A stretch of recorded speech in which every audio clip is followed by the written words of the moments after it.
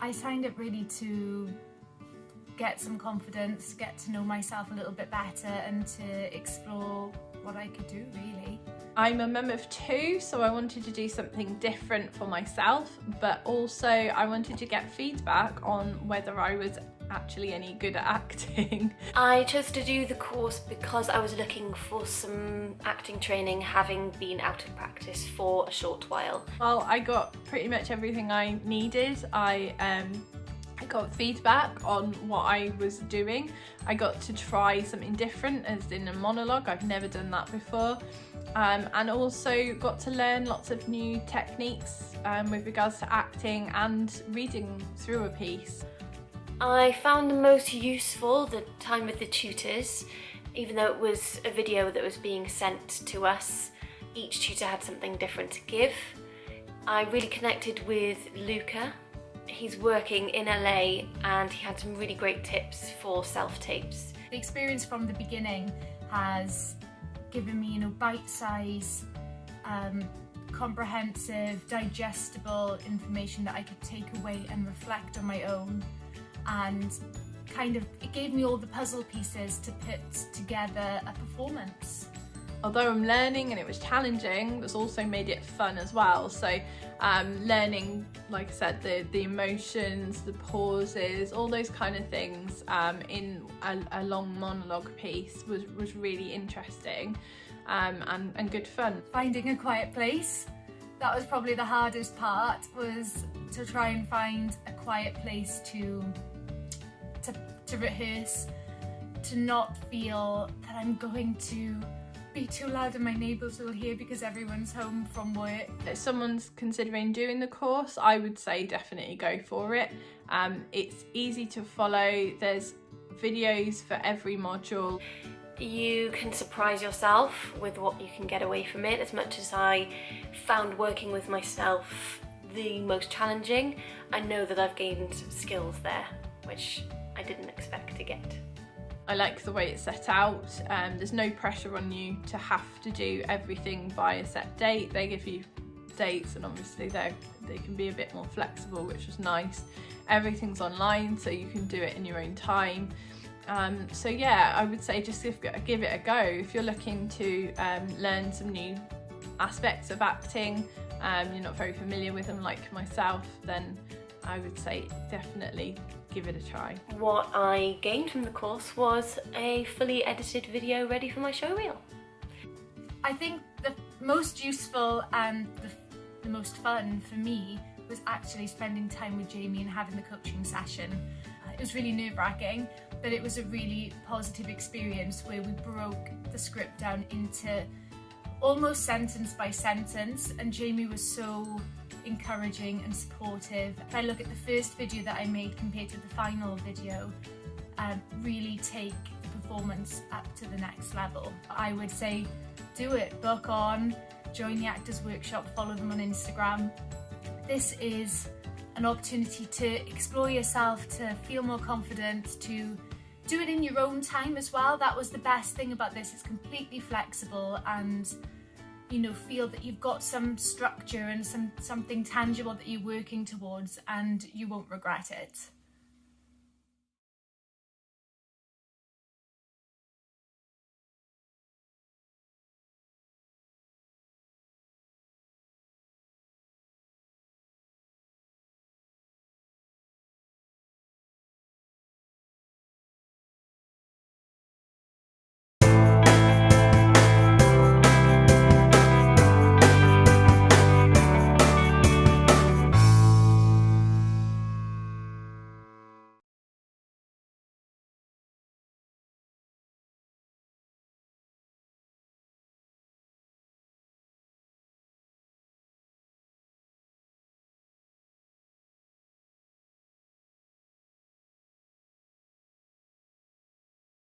Started it when I was 13.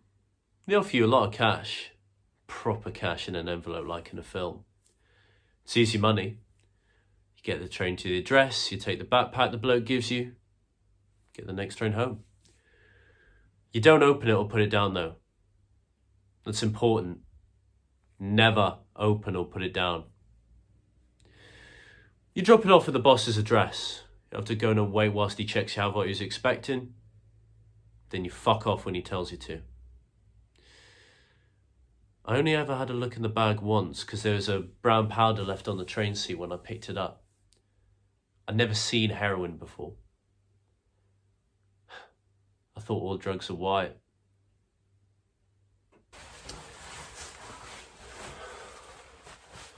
Mum never knew a thing.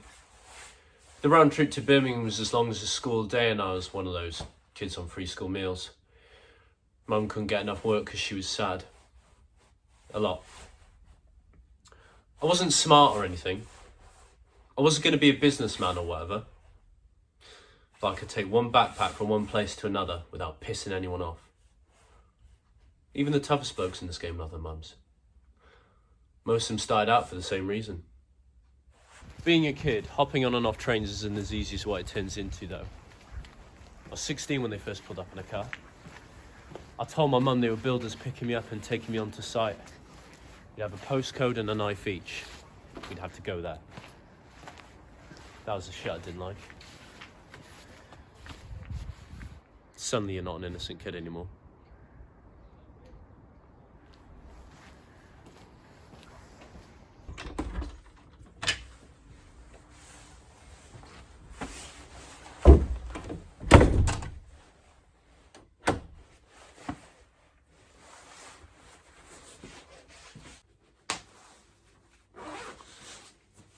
I got enough money to start buying trainers and shit.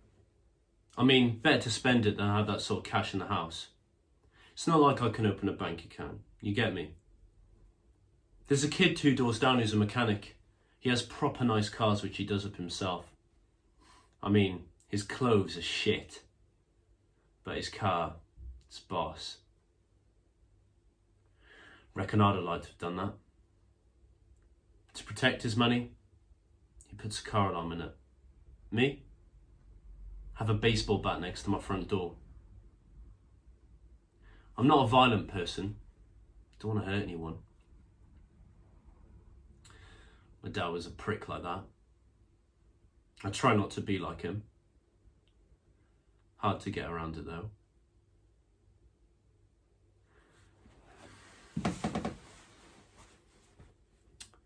If they owe you money, you owe them money. That's how it goes. And if you don't want your head kicked in, you have to pay. Mum's still sad though. I guess it's obvious because I'm not built like a builder even after 3 years. Kind of annoying to be honest. When the money doesn't fix it, it doesn't really feel worth it. And there's no getting out of it now.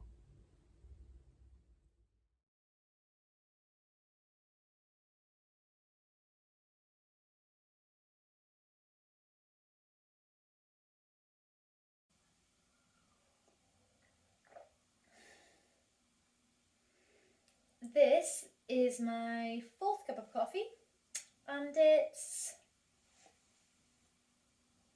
11:30 a.m.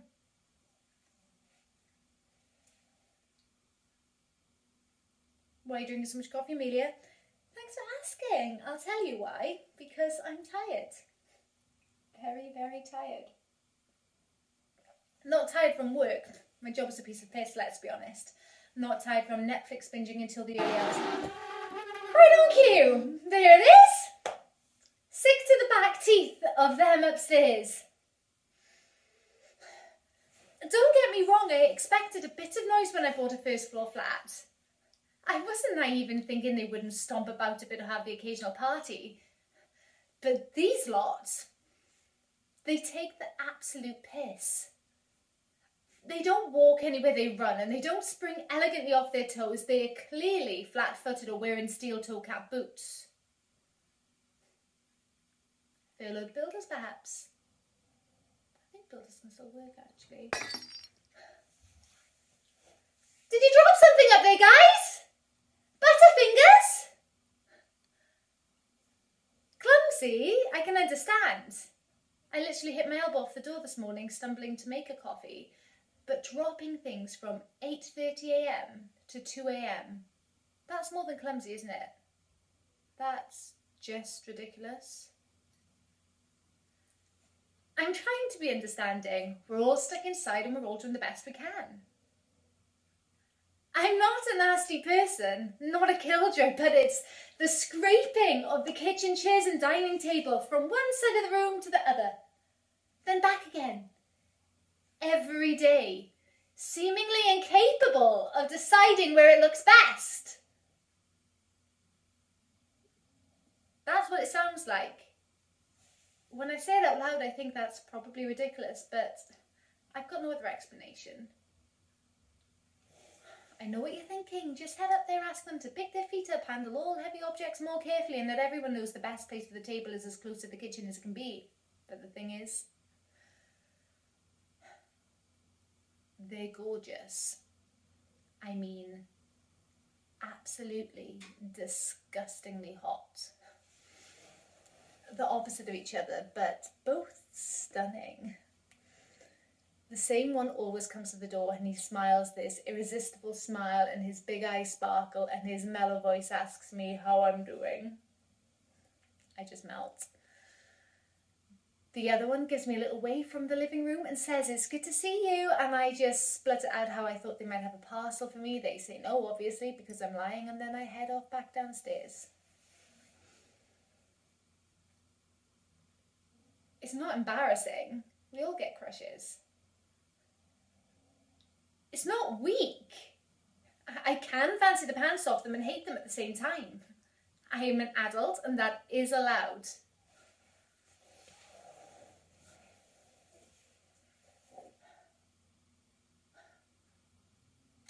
Damn you, sexy, noisy bastards.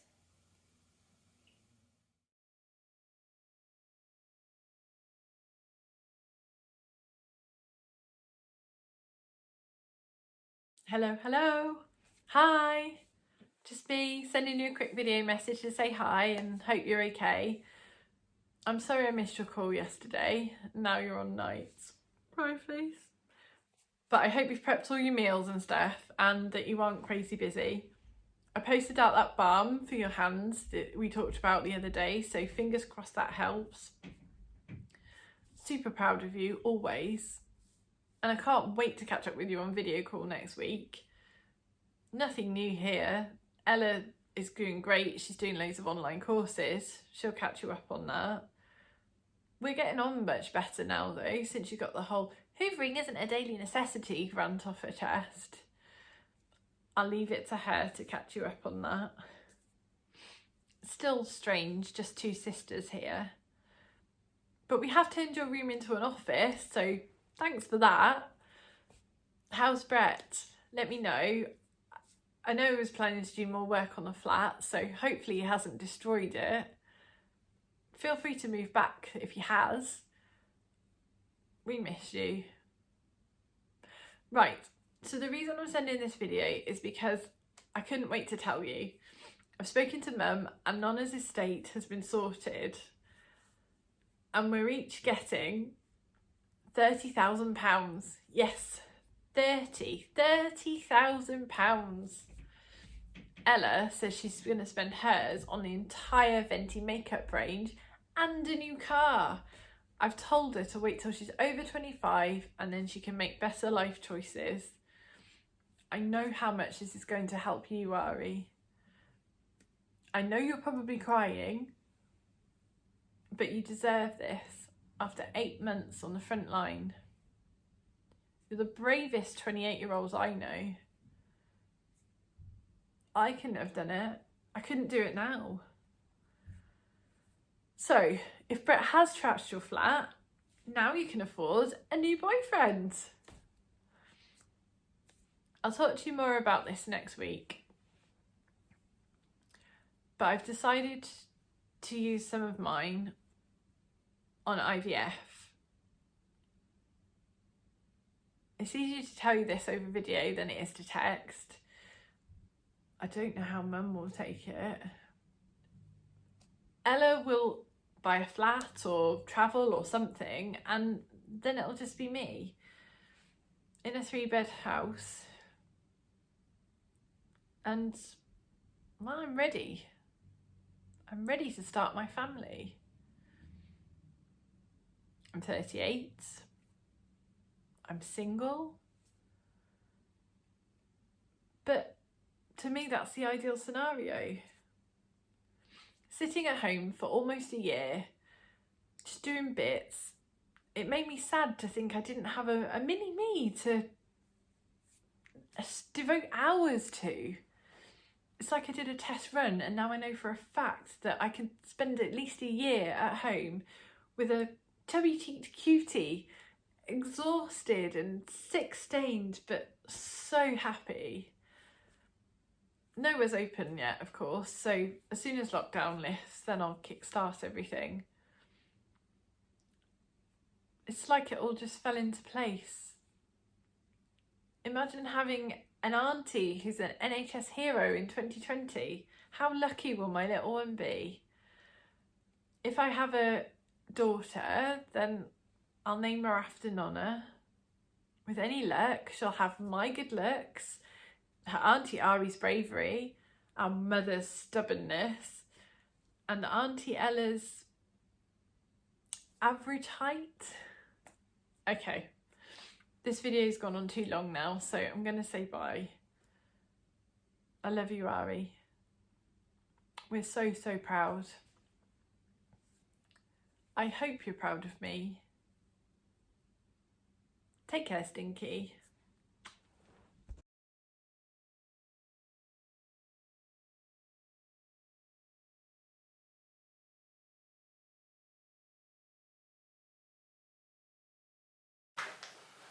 Was that a yes, sir? Great. That's everyone here then. Morning, everyone. I'm Mr. Miller. Who? I don't see enormous tits.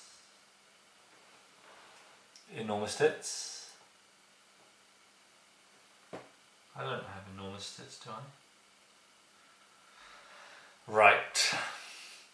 Not actually very funny, Year 9. A woman's anatomy shouldn't be joked about.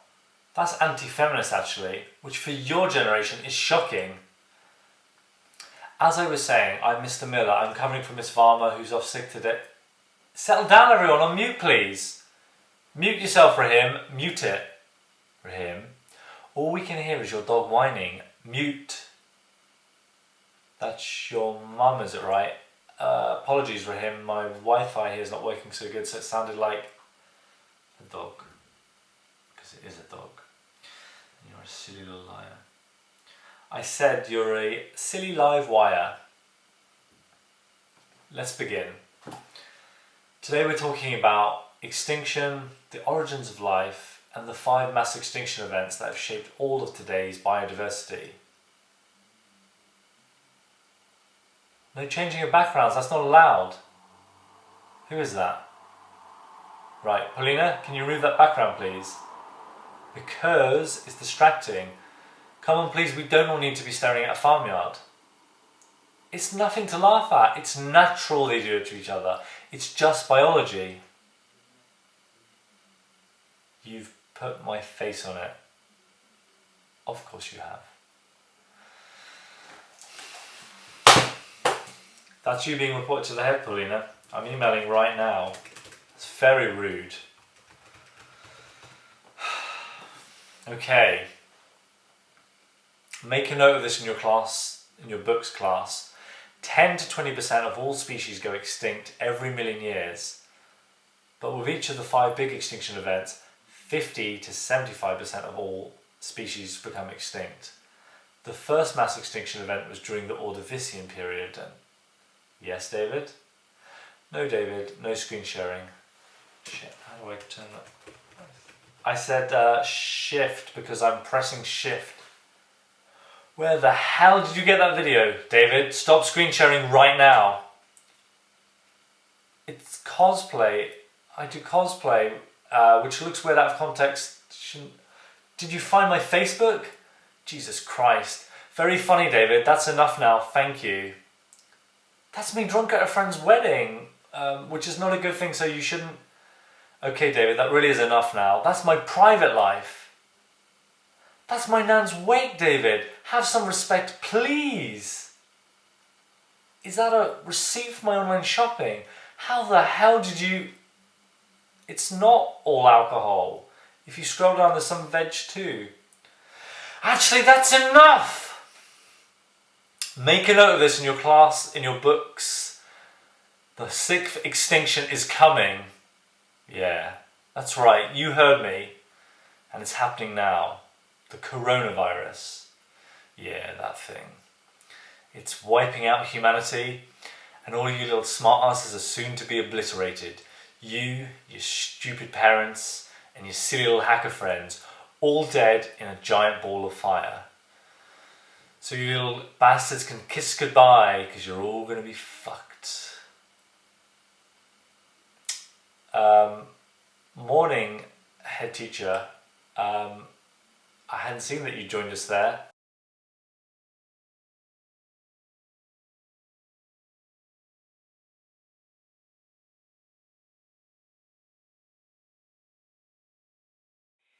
Here it is, here we are, here we go. The year of yes. We're live, we've launched, we are a go-go.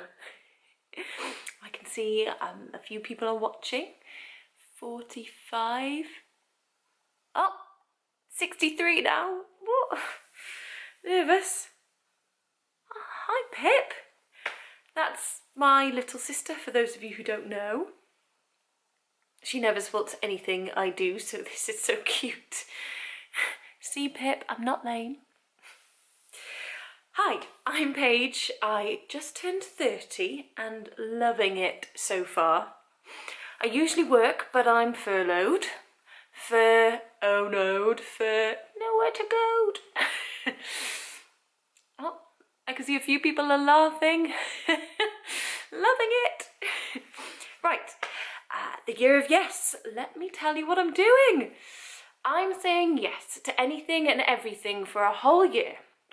Just a bit of fun, really, to keep spirits high and just keep enjoying life during these boring lockdown times.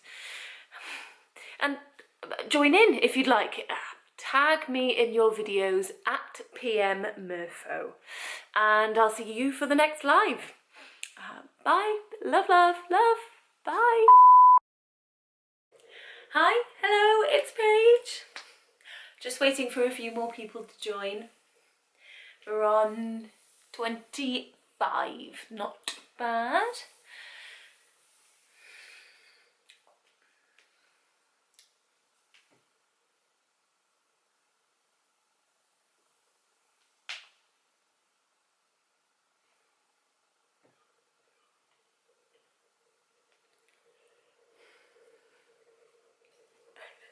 What are we on now?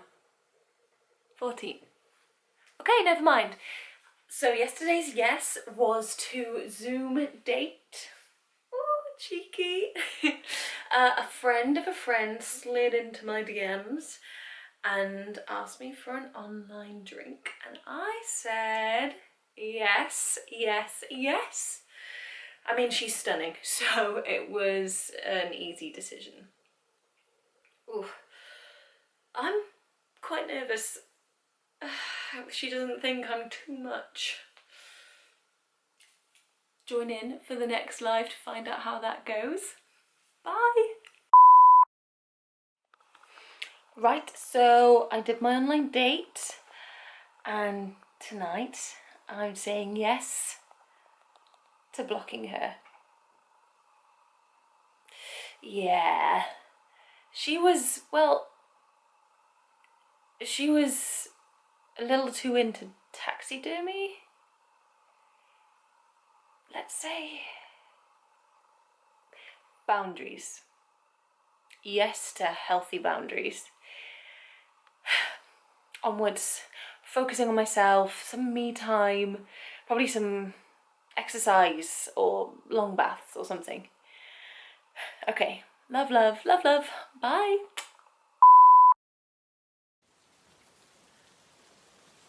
Hello. 3 viewers. Okay. Said yes to exercise. for a run in the pouring rain. Good for the soul. Very cold, very wet. My pants are soaked. Got splashed up by a lorry. But said yes. You know, yes. Better go and caught a cold from the rain.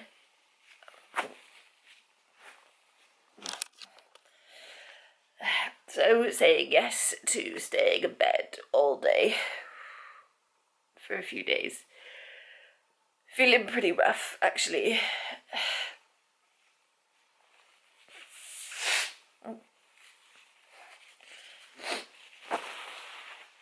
Not sure if it was really worth it with only 3 of you watching and one of you being my sister.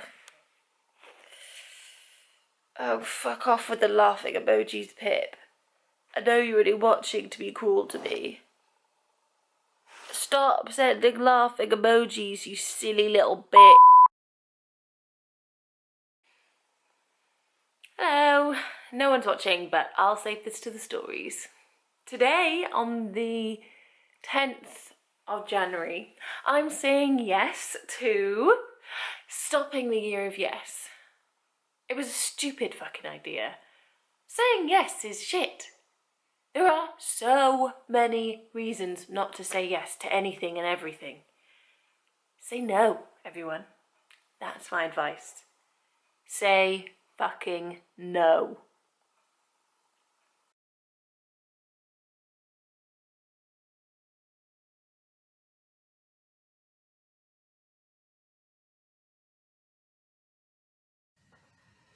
Before I get into this, you need to know a bit of the background.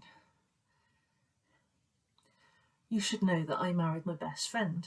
We met at university, adored each other, finally gave in to the feelings after graduating and married a year later.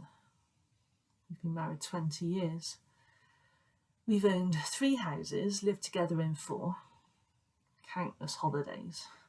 I mean literally countless. They all start to blur into one after a while. Several dogs, and one incredibly boring cat have joined us over the years.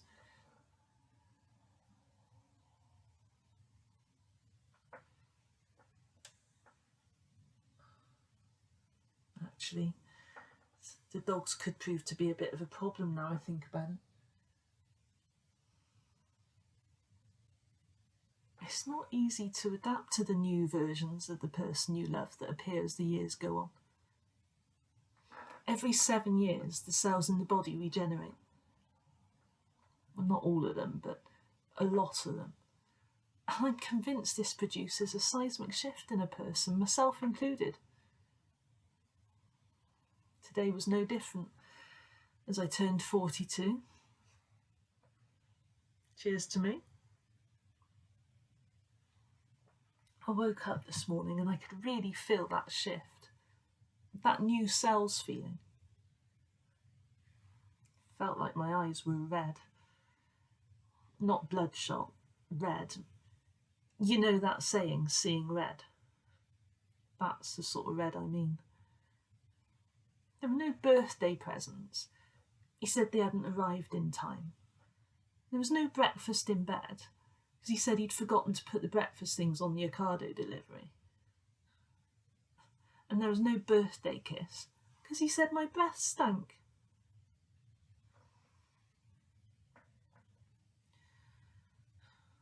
I remember at 35 thinking he was fucking his partner at work. They go on duty in pairs in the RSPCA in case of violence or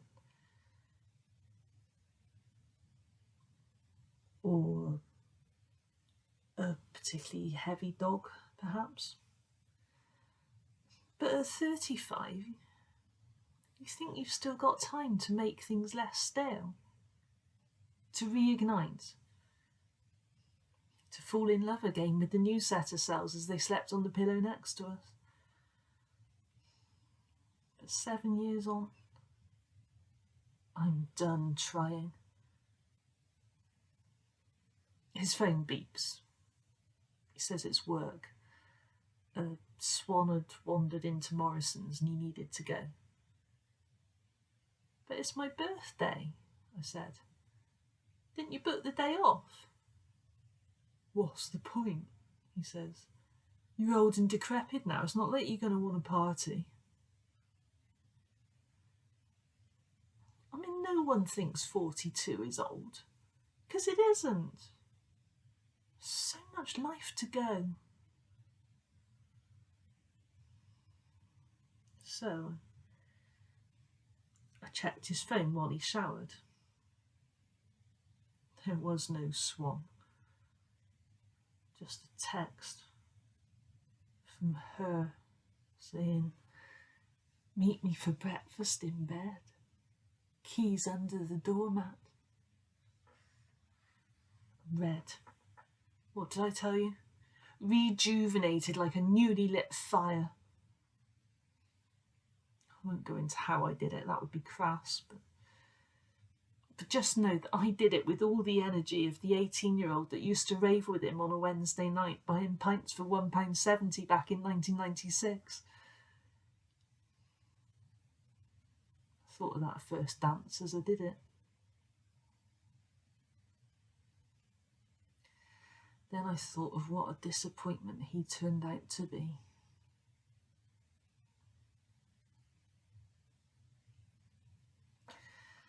I buried him under the compost heap round by the shed that he started a few years ago. Didn't take long.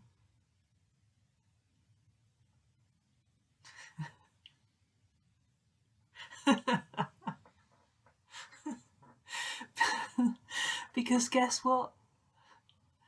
I'm not old and decrepit. That'll show. Found the party hat in the neighbour's recycling. So I thought, fuck it. Happy birthday to me. Happy birthday to me. Happy birthday to me. Happy birthday.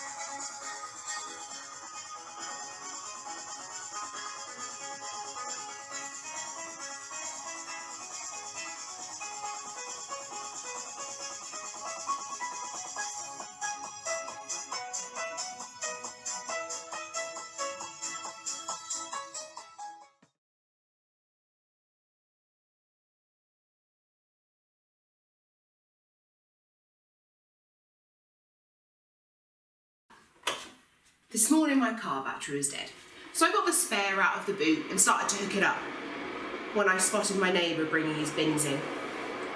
So I got my head right under the bonnet so he wouldn't see me. Next thing I know, his giant head is under there with me. Let me help you with that, sweetheart. I'm wondering what it is about me that makes me look like I need help. Careful, careful, love. Which is ironic, as he was hooking up the red clip to the negative terminal when he spoke. Then he tells me, your car battery's dead, and goes inside to get his phone. Like I don't have one. 2 minutes later, I've started it up and I'm off. I arrived with time to spare, which is great. Oh, I forgot to tell you, it's the first day of my new job. So I head to the cafe, get myself a coffee, clear a few trays off the table. I was really starting to feel the nerves at this point.